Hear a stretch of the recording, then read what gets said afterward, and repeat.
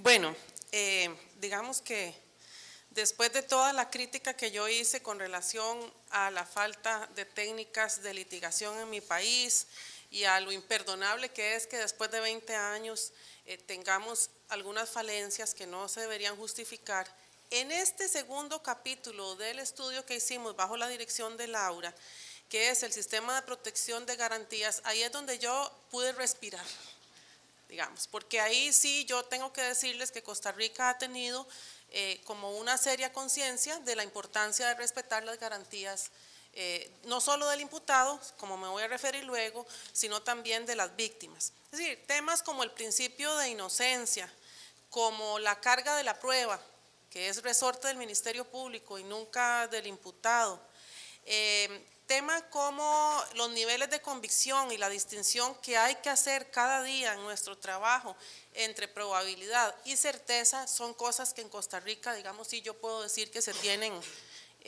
digamos, como bastante claras. La teoría de la prueba es una cosa, digamos, que se domina bastante bien. Claro que habrá jueces malos, como en todo lado, pero digamos, haciendo una generalización, diríamos que todo ese tema es, digamos, de la parte que mejor funciona. Nosotros tenemos una conciencia en Costa Rica que es que lo peor que puede hacer alguien que se dedique a la materia penal es ordenar una prisión preventiva, porque es lo peor, porque están mandando a una persona en privación de libertad sin que se haya superado la necesaria demostración de culpabilidad o sin que se haya superado el principio de inocencia. No sé si me estoy explicando.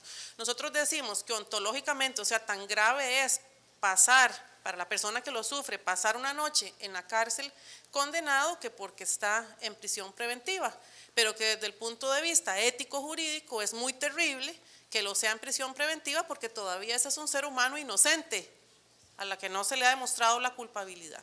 Entonces, con esa conciencia, una de las cosas que yo pude concluir en el estudio es que una de las cosas que sí se trabaja bien en Costa Rica es la audiencia de medidas cautelares. Ahí el Ministerio Público, y en eso sí que el Ministerio Público ha avanzado bastante, ha entendido que acreditar la probabilidad es un trabajo que se litiga. Los defensores en mi país, me parece que igual que en República Dominicana, ya lo habíamos hablado nosotros dos, son como defensores muy buenos, tienen mucha historia la defensa pública en Costa Rica. Entonces también han aprendido a litigar muy bien, digamos, esa audiencia. Entonces el trabajo intelectivo que se le exige al juzgador para decir por qué hay probabilidad no es una cosa que nada más se puede hacer recitando lo que alguna de las partes dijo, sino que hay que contestarle a las partes por qué no va o por qué sí va el argumento de la defensa cuando dice esa prueba no me hace probabilidad o no alcanza el estándar de probabilidad. Y es una cosa de trabajo de todos los días de los jueces. Una vez de que se acredita la probabilidad, que para nosotros incluso todos los días se cita la norma constitucional que exige ese nivel, entonces ya ahora sí pasan como al segundo capítulo, que es acreditar la necesidad de cautela o los peligros procesales.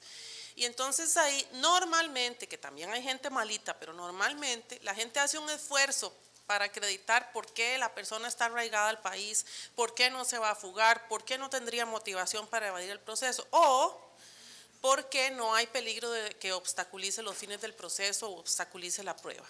Eso también se litiga.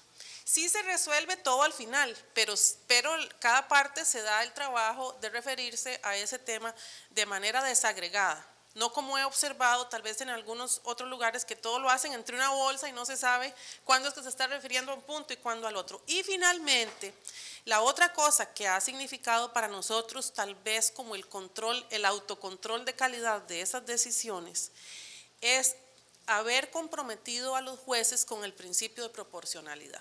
Porque el principio de proporcionalidad es un principio de derecho público que importamos a la materia penal para garantizar a la persona de carne y hueso que esa disposición del Estado que lo priva de libertad no es arbitraria.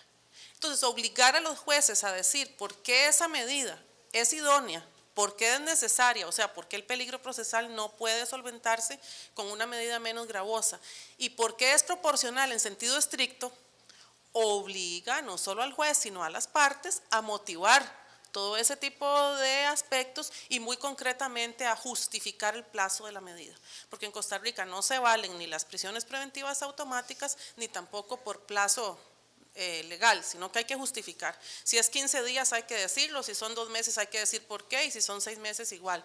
Nunca se vale por todo el plazo de la investigación porque es una cosa, digamos, que rompe con esta idea del principio de proporcionalidad. Entonces, básicamente respecto del imputado, yo podría decir con un poco de paz que en términos generales se tiene conciencia de las garantías. ¿Cuál es la lástima de no dominar las técnicas de litigación en la audiencia preliminar y en juicio? Porque ya digo que la audiencia de prisión preventiva en mi país es presentable, digamos, desde el punto de vista acusatorio. Bueno, que si usted no domina las garantías, lo que está corriendo es el riesgo es que una parte asuma el rol del otro y eso genere anular el rol de una de las partes y que el juez se exceda. Y eso tiene un impacto en las garantías, necesariamente sí. Pero en lo que atañe a las medidas cautelares, me parece que hay bastante conciencia de que siempre que sea necesaria una medida cautelar menos gravosa, no debería ordenarse la prisión preventiva. Esto no quiere decir que no haya politiquillos que quieran ir a ganar unos votos a la prensa y decir que las medidas cautelares son una alcahuetería, siempre los hay en todos los países. Pero me parece que hay una relativa paz de los jueces que si saben motivar con estos puntos que indiqué una prisión preventiva, pues no va a pasar nada, no lo pasaría ni a nivel disciplinario, digamos, ni a otro nivel. Con relación a la víctima, nada más vale decir que hay muchos artículos en el código que garantizan la participación de la víctima, que yo tal vez resumiría como en 3 aspectos. Los mismos derechos que tiene el Ministerio Público los debería tener la víctima, esa es la visión del código. Entonces, la víctima tiene derecho a apelar aunque no tenga defensor. La víctima tiene derecho a presentar una acción propia aunque el Ministerio Público pida un sobreseimiento. La víctima tiene derecho a proponer prueba y tiene derecho a que se le escuche en las audiencias aunque vaya sin abogado. Que eso es una cosa que me parece que hace un poco equilibrado el sistema ante la crítica de que solo al imputado se le dan garantías, sino que también a la persona afectada. No sé si me pasé de tiempo. Estamos muy